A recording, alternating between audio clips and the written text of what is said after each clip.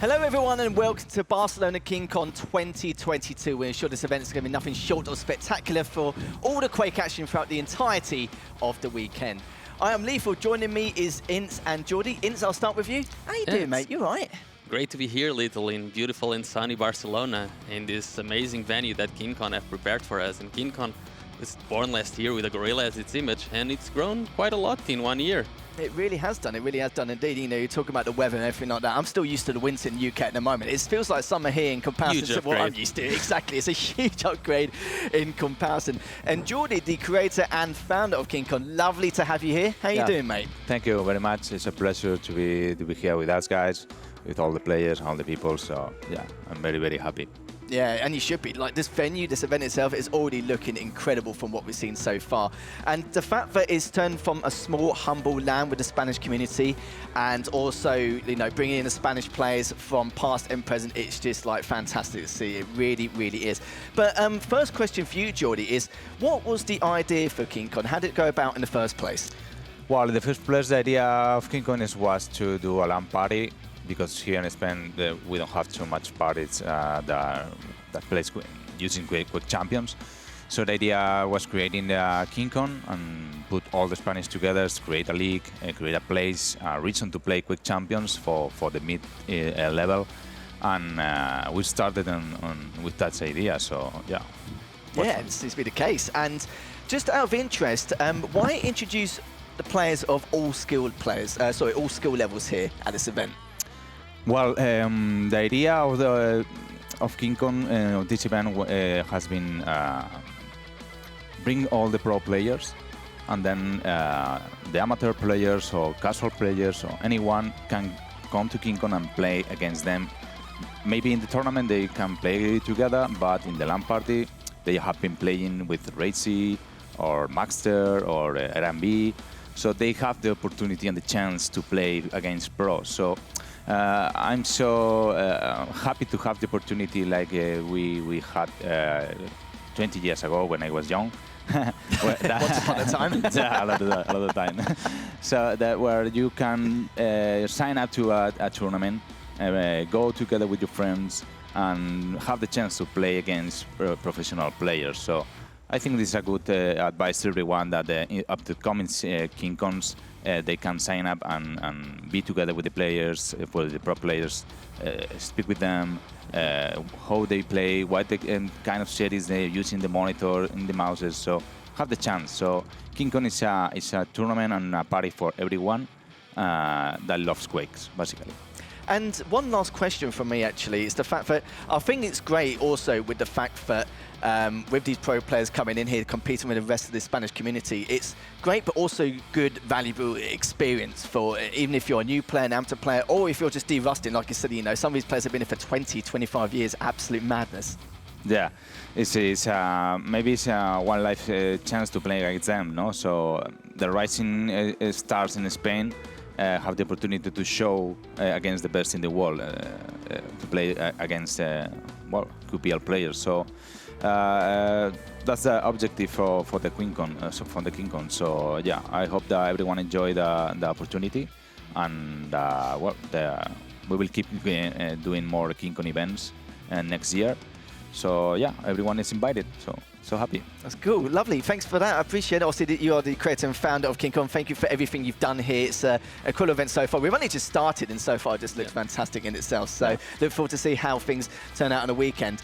And we do have the format soon and the bracket come out for us, Ince, shortly. And just to let everyone know in terms of the format and the bracket and how things are going to pan out, we are going to start from the round 3 winners side and the round 5 losers bracket as well. So we're not going to start right from the very beginning. We're going to start from round 3. So you know, with the big guns coming out straight away. Yeah, like as we can see in the upper bracket, showing it, there's already a few matches that have already been played, and the format, as you said, is going to be best of 3.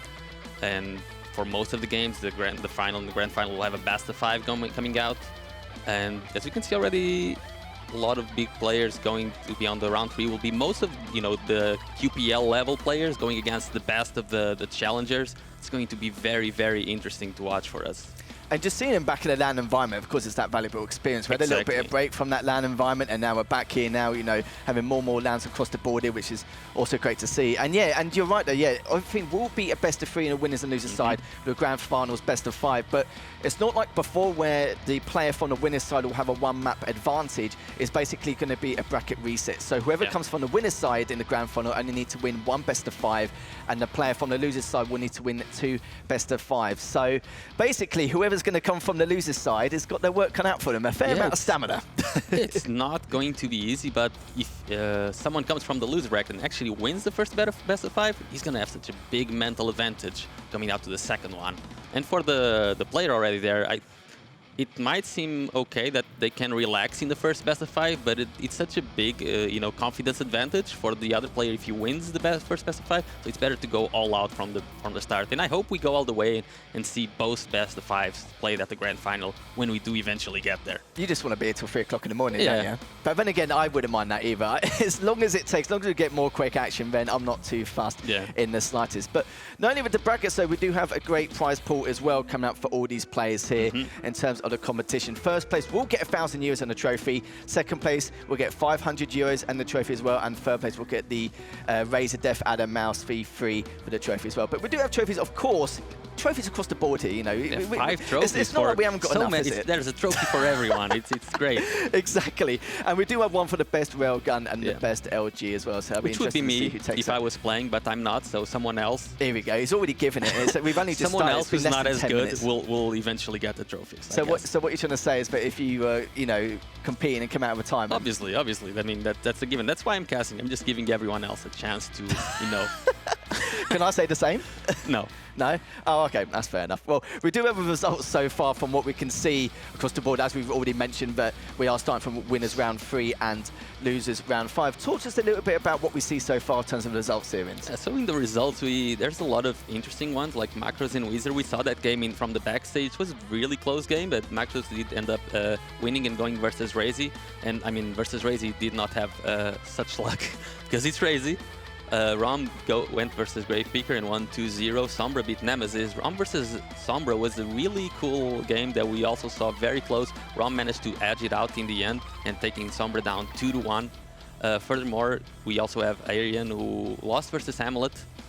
Sidkeys beat Ergaze 2-0. Achilles versus Tony went 2-0 to Tony. RMV managed to also beat Zaluster 2-0. Sleep managed to beat Dynamo Joe 2-0. Mika lost to Chronosep 2-1. CNZ, again, no real surprises here. CNZ managed to beat Dr. Reaver 2-0. And JSK also won 2-0. Now the round 2 is where it starts getting slightly interesting, because as I mentioned before, Rom managed to take out Sombra in the 2-1, and I thought that was a really close game. I thought it could have gone either way. Xenaku versus Amulet, I mean, it's a hard battle for anyone to take Xenaku down, but it was a 2-0 for Xenaku.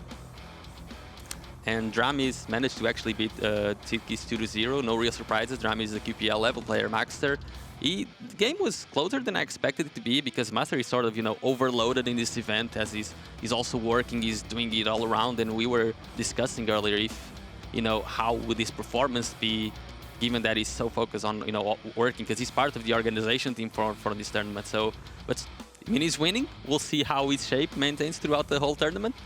And RMV versus Sleep, that was a really interesting game. I thought Sleep was going to make it closer, but RMV did edge it out in the end. It was a 2-0. Chain also beat Chronosab, and CNZ beat JSK. So for the round 3, we're going to have 4 very interesting games. Well, that's one thing I was going to ask you. What is the most fascinating one in that round 3 winners side? Like the Xenaku versus Dramis one, that should be an absolute banger in itself. I would like to see how RMV does against Maxter. We know, like you said, you know, Maxter's man of many talents, man of all trades, you know, in terms of like what he has to do here, you know, trying to hold the production and playing at the same time. Not an easy feat in itself. I think we can rest assured that. But I'll be interested to see how RMV does against Maxter. Chain versus CNZ, another great match in itself. But I think a lot of eyes will be on that Dramis versus Xenaku matchup. Yeah, for sure.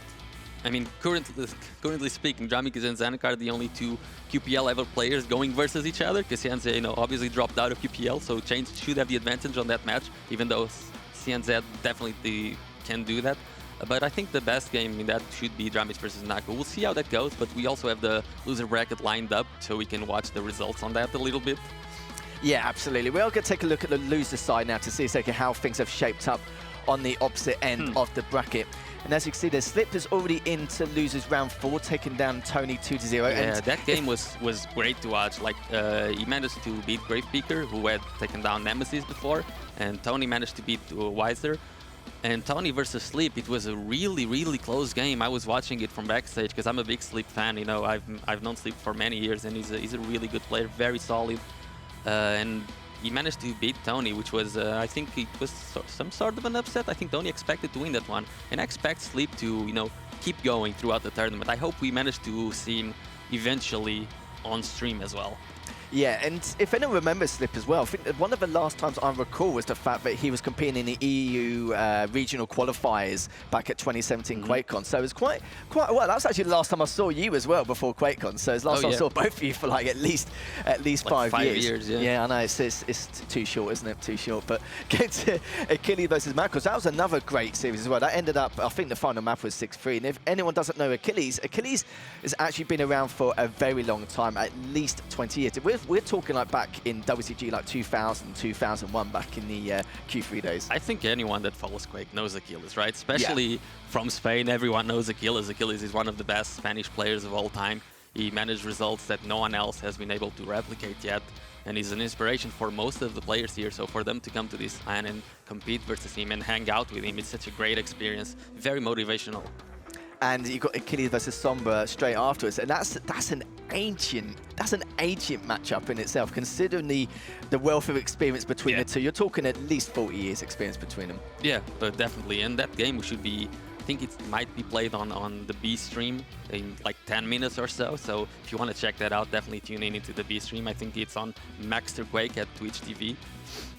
Yeah, and of course we do have the schedule for today as well. We will have 6 matches. They all will be best of 3, as we mentioned earlier. We will have 4 best of 3s in the winner's side and 2 best of 3s in the loser's side as well. So it's going to be interesting to see how things will pan out, and these are the time frames as well when they're going to be occurring. But yeah, every single one of these winners bracket matchups are going to have going to be a close affair in itself. Yeah, it's going to be like, that's where the highest quality Quake will be, and all of the games should make it to, you know, the map 3. They're all going to go all the way. So maybe we'll have eventually some delays later on because the matches might take so long. But there's a lot of Quake waiting for us. We haven't even started, and we're looking at some really, really good games already. Yeah, we really are indeed. It's going to be incredible what we're going to see on this format in itself, and just to see how things pan out, because like I said before, you know, it's been a while since these players have played against each other, especially in a LAN environment, since QuakeCon, and just to see how they've learned, how they've been progressing during the off-season, how much they practice, and I think it'll be a true indicator of how they're going to perform this weekend. Exactly, because a lot of, after QuakeCon, since, you know, there wasn't anything major announced except for this, most of the players just came to this, and they were all very pleasantly surprised at how professional everything is, at how cool the venue is, at how well everything is organized, and they're all very happy to be here, and they're all going to be taking this experience as a stepping stone in further improvement, especially right after QuakeCon. You know, it's great for everyone involved. Yeah, it really is indeed. And yeah, saying that as well, it was interesting to see how things will pan out later on. But if you guys want to follow us on our socials as well as at KeenCon Gaming on Twitter and Instagram, and KeenCon TV on Twitch and YouTube in itself. And just to let you know, with on Twitter and Instagram, if any news, updates, progression on how the tournament is going, or even for the events following on next year, make sure you follow us on those socials as well. And obviously KeenCon TV for Twitch and YouTube, as I've already mentioned. And yeah, this is the thing, you see, you know, this is like my first KeenCon event, and already it's beyond my expectation from what I witnessed. This is a very professional venue, very professional studio. The production team is amazing, and it's beyond my expectations, really. This is really cool. Like the whole, like everything, the looks are amazing. Even the intro video with all the players, that looks so cool. I think everyone must be enjoying it in chat. That's the only thing I'm missing, is like not being home because I'm not looking at the chat. But yeah, everything is great. Yeah, it really is indeed. But they will be playing on LAN, so don't have to worry about, you know, any kind of ping issues, anything like that, which is going to be interesting in itself. But we do have our first match coming up soon. But here's a little interview between Razy and Rome. Hi, my name is Adrian. I like playing computer games. I do it as my job, but I also like having fun. I tend to play with people a lot and just fool around in all kinds of games, but my main focus is Quake Champions. and that game I play on a professional level competitively. The first time I came across Quake was Quake 3 Arena when I was very young, and I played it on a hobby level against bots, because at the time we didn't have internet. But I was having a lot of fun and I got to know how the game works. The venue is actually very professional. I am pretty amazed by it. I had a walk around yesterday and it is very well set up. I'm looking forward to compete here in KeenCon. And well, my goal of course is to win it. Let's hope I can do that this time, because I usually end up being second. It's not bad, but you know, it would be nice to win every now and then. My favorite map in Quake Champions is Corrupted Keep, and my favorite champions are Anarchy and also Clutch. I am Valentin Rom from Germany. I work in IT and I like to play lots of sports, not just esports but also physical sports. I started playing Quake seriously in 2010 when I saw the QuakeCon finals between Cooler and Cypher. Barcelona KeenCon is my first ever LAN party, so I don't have too big expectations, but top 8 would be nice. My favorite Quake player is Agent, my favorite map is Blood Run, and it's quite hard to decide what my favorite champion is, but it needs to be Visor or Nyx. So that's Razy and Rome, and I don't know too much about Rome in itself, but we can talk about Razy for days. You know, the fact that it's more second place, I think he's got fingers and toes at the moment, which is a little bit of a shame, but eventually it will come, that one big win. But do you know too much about Rome at all? Like, you know, in terms of his play style, how he performs, and how he's been doing so far this event? I've played against him a couple of times. He's very annoying to play against. He plays the slowest Quake out of everyone I've ever played. Like, his main champion is usually Nyx, and he doesn't mind if the game takes 30 minutes and goes 0-0. He will just camp it out and go for a very risk-free approach. It's, as I said, he's very annoying to play against. If he does get that, you know, the first frag, even against a pro player, it's going to be hard to catch up to him. That's probably why I like Blood Run. Yeah, that's probably why that's his favorite map, because that map is just impossible to catch up to your opponent. And that's no surprise that his favorite champions with that playstyle are Nyx and Visor, you know. Nyx you can just run for days because of the get out of jail free card that is her ultimate, and then Visor you can just keep constant repositioning due to the ultimate. Yeah, this is it. You can either hang around the Rocket TP and then go through and hang around the nail room until otherwise and listen out for the audio cues, or in fact you've got the Nyx, so it's not really too shabby. In terms of Razy though, I think he's been performing really well overall. Like, even though he's had quite a few second places, he's had to come through the losers bracket, you know, more times than I can remember. I wouldn't really say stamina is an issue for him at the moment. It's just the fact that a lot of times he's always had to deal with that one map advantage, the amount of times he's had to lose 4-3 due to and all that stuff. And I think in a best of 7 setting, of course, when it comes to champion picks and also the map picks as well, it's very difficult to really compromise what he can do during the later stages of the picks and bans. But this time round, it is going to be a best of 5 bracket reset if it does happen in the grand finals, which should help out a little bit more along the way if it does come to that. Yeah, what I'm sort of worried about with Razy, I mean, we were talking about how good of a player he is, and I don't think the second places takes anything away from how good he is. If anything, it adds, because he's that consistent. You know, he goes to an event, you know he's gonna get the final. Yeah. He's not gonna get like for example, I was doing a power ranking like last month based on like the results from all of the QPLs, like LAN finals and stuff, and I thought Kilson was gonna get second place, and I mean Rafa was gonna get first, right? Yeah. And then I wasn't quite sure who was gonna get second place. It was like Venger or Razy or Kilson. I expected Kilson because he had one QWC, but Razy overall in the power rank he got second place again, just because his worst result were second places. And Kilson, you know, for instance, he's a little bit more inconsistent results. He got a couple of wins, but then he got some fourth places, and he even got like a top 20. So yeah. Razy is always super consistent. What I'm worried about might be, you know, in the picks and ban system. That's where he usually struggles a bit during the finals. But this pick and ban system is different, because they built it for this LAN specifically, and there's like 15 seconds of pick time, right? So the players need to be on their toes. They need to be focused. And I'm not sure if that's going to play out. Maybe it's going to play out in Razy's favor, maybe not. Yeah, it's the circumstance of the amount of time they have to make these picks and ban situations as well, because we've seen a lot of them like during the pick and ban phase taking 30 seconds, a minute, maybe a little bit more. Or 5 business days. Yeah, yeah, exactly. Just depending on the circumstances. Now that they only got like 15 seconds for each situation for the picks of the champions and obviously the bans as well, the situation for the maps, it's going to be a lot harder. But then again, if they've done it so often, you know, on so many occasions, they should be okay. It depends on the situation. You'd expect them after doing this for 4 years to be better at it, but I don't know. I usually find that that's not the case. But I mean, for now, we're gonna have the picks and bans. You know, they do it before stages, but tomorrow when the finals and stuff start happening, it's gonna be live, and that's gonna be great. I'm looking forward to so much drama, because I think some of the players would absolutely mess that up due to the pressure, and it's gonna get down to some really funky matchups. Yeah. I'm totally looking forward to that. Yeah, it should be absolutely dope. It just depends on the situation. I think, yeah, the whole ruling with the timing for each pick and ban as well, it's the fact that, yeah, you know, it's understandable. Like, you know, for the last 5 years, you'd think they're very comfortable and used to it. But it depends on your opponent. You've really got to think quick on what they normally play, what they're used to, what they're best with, and then try and counteract that every single time. And that's where it gets a little bit more difficult with the time restraints. Yeah, because players are usually like, okay, this is their best map, but this is my best map as well. Should I ban it? Should I ban my opponent's strengths, or should I play for my strengths? Should I play on my opponent's weakness, or should I avoid my weaknesses? And it really comes down to how each player wants to do it, and players tend to overthink those kinds of things a lot. It's really up to how each player wants to do it, but so far I haven't seen anyone be consistently good at it, except maybe Maxter. So Maxter, I think he has all the data on everyone, you know, he has the data, and he usually does quite well in the player picks. He's one of the few players that actually does it right. Yeah, very few. Yeah, you don't really get many players like that. So we're still getting the first match underway. It will be up again shortly. But when we come back, we will get the first match underway shortly. So when we come back, we'll be seeing Razy versus Rum.